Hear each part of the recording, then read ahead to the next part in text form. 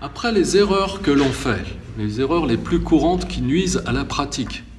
Mais en fait, on expérimente tous ça. Donc le problème, c'est pas tant que ces choses-là se manifestent, que le fait qu'on n'en soit pas averti et donc on n'en prenne pas conscience au moment où ça se présente. Donc c'est ça qui est important surtout. Sinon, en elles-mêmes, ces situations ne sont pas des problèmes.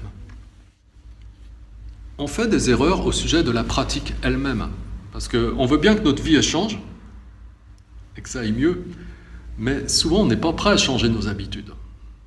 Okay. Et ça, c'est pas possible. c'est vraiment... Je crois que c'est même Einstein qui avait énoncé quelque chose à ce sujet, qui disait que c'était de la folie d'espérer un changement si on ne changeait rien dans ses habitudes, quoi. Non, toi, le scientifique, là, il doit savoir, Hervé. Hein, c'est ça? Je savais, je m'adressais à la bonne personne. Lui, vous avez un petit Einstein derrière. Voilà, donc, des choses nouvelles se présentent. Bah oui, bah c'est normal. Il y a des choses qui peuvent même nous surprendre. Bah oui, heureusement.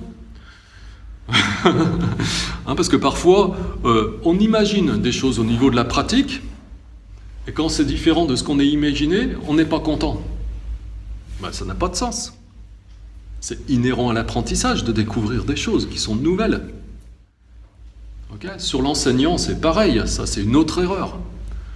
On se fait une image, ah il est comme ça, tu verrais, là, puis on se construit l'image et il est comme ça, voilà. Ben non. C'est-à-dire qu'on le voit à travers le filtre de nos perceptions aussi, à travers notre système de représentation, on voit les choses d'une certaine manière, avec plein de distorsions, et en fait, ça n'a rien à voir avec la réalité, quoi. Et parfois, on voit les choses comme on a envie de les voir, parce que c'est comme ça que ça nous plaît. Et on a envie que ce soit comme ça. Ça répond à des attentes que l'on a, autrement dit. Okay. Mais là aussi, l'enseignant, il est différent de ce qu'on croit, ça c'est sûr. Et même à un moment ou un autre, on est très surpris. Et puis à un moment ou un autre, ce qui arrive souvent, c'est que souvent, justement, on est comme un fan. On est là, ah, machin, et ceci, tu verras, il est comme ceci, comme ça. Et puis quand finalement, ça s'avère être complètement différent, et puis que finalement, on ne peut plus être un fan, ah là, tout s'écroule, et on n'est pas bien du tout. Mais il ne s'agit pas d'être un fan, justement, sur ce chemin-là. Sur ce chemin-là, moi, il s'agit juste d'être accompagné par quelqu'un qui est comme un ami et qui a envie de vous aider, et puis vous êtes là pour gagner votre liberté. C'est tout, pas pour être dépendant de quelqu'un. C'est pas, voilà, sinon il faut aller dans une secte, une vraie. Déjà la secte elle est dehors. Donc, si on est là normalement c'est plutôt pour se libérer de la secte. C'est pour se libérer de la secte, si on est là. Parce que d'habitude, si vous voulez, c'est le patron qui vous dit comment faut faire, c'est les collègues qui vous disent comment faut faire, c'est le beau-frère qui vous dit comment faut faire, c'est tout l'environnement, qui que ce soit.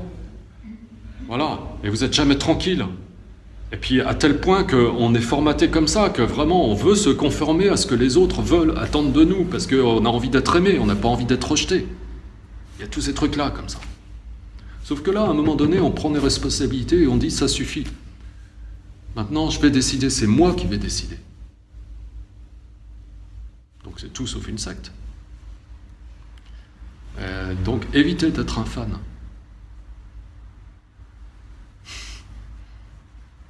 Fanatique. Puis comme ça, on se déresponsabilise souvent. Je vois trop des gens, parfois, voilà, eux, ils font plein de conneries. Mais c'est normal. C'est des Mais lui, il doit être parfait. Non, c'est tout le monde qui doit faire de son mieux. Et c'est tout le monde qui est imparfait. On avance ensemble et on est tous responsables, chacun à notre niveau, et on s'aide les uns les autres. Peut-être d'une manière différente. Moi, je vous aide d'une manière, vous m'aidez d'une autre manière. Si vous n'étiez pas là, qu'est-ce que je ferais? J'aurais pas beaucoup avancé. La meilleure manière d'avancer, c'est aussi de partager. Après. Donc moi, ce qui m'intéresse, c'est de voir des gens qui s'épanouissent, qui sont plus heureux. Ça, c'est de la satisfaction. C'est pas d'avoir des fans. Sinon, je monte une secte. J'aurais déjà monté une secte à ce moment-là. Donc, je suis plutôt un ami, c'est tout. Okay, donc, il faudrait développer aussi cette réflexion là-dessus, sur cet aspect. Après, vous pouvez aussi avoir un obstacle qui est aussi ces idées préconçues que vous vous faites sur vos progrès. Parce que bien sûr, au début, on fait plein d'expériences qui sont nouvelles. Et quand on fait des expériences qui sont nouvelles, eh bien, ça nous réjouit. Okay, et des fois, ça crée un tel contraste qu'on se dit « Waouh, ça y est, je suis centré, je suis éveillé, tac, ça y est, je suis spirituel, ça y est, machin, ça y est, si. » Ok, il y a des choses qui avancent, il y a une expérience qui est en train de se faire. Mais c'est juste ça. Et puis c'est tout. Des fois, on croit qu'on est arrivé.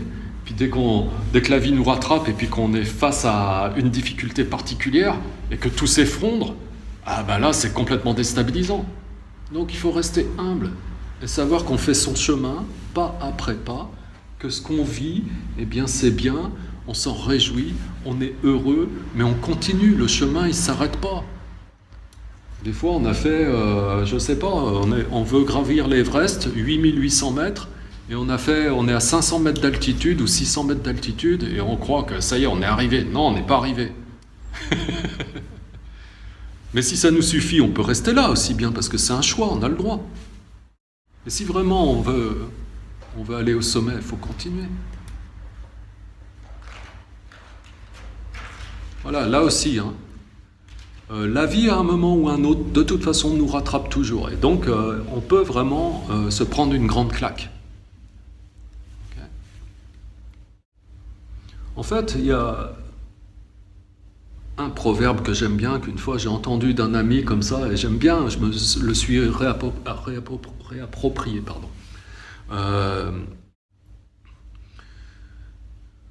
Il s'agit donc de faire les choses très sérieusement, mais sans se prendre au sérieux.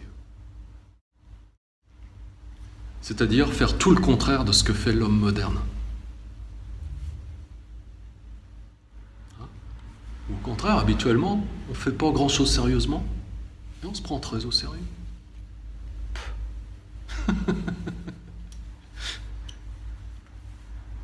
On se prend très au sérieux.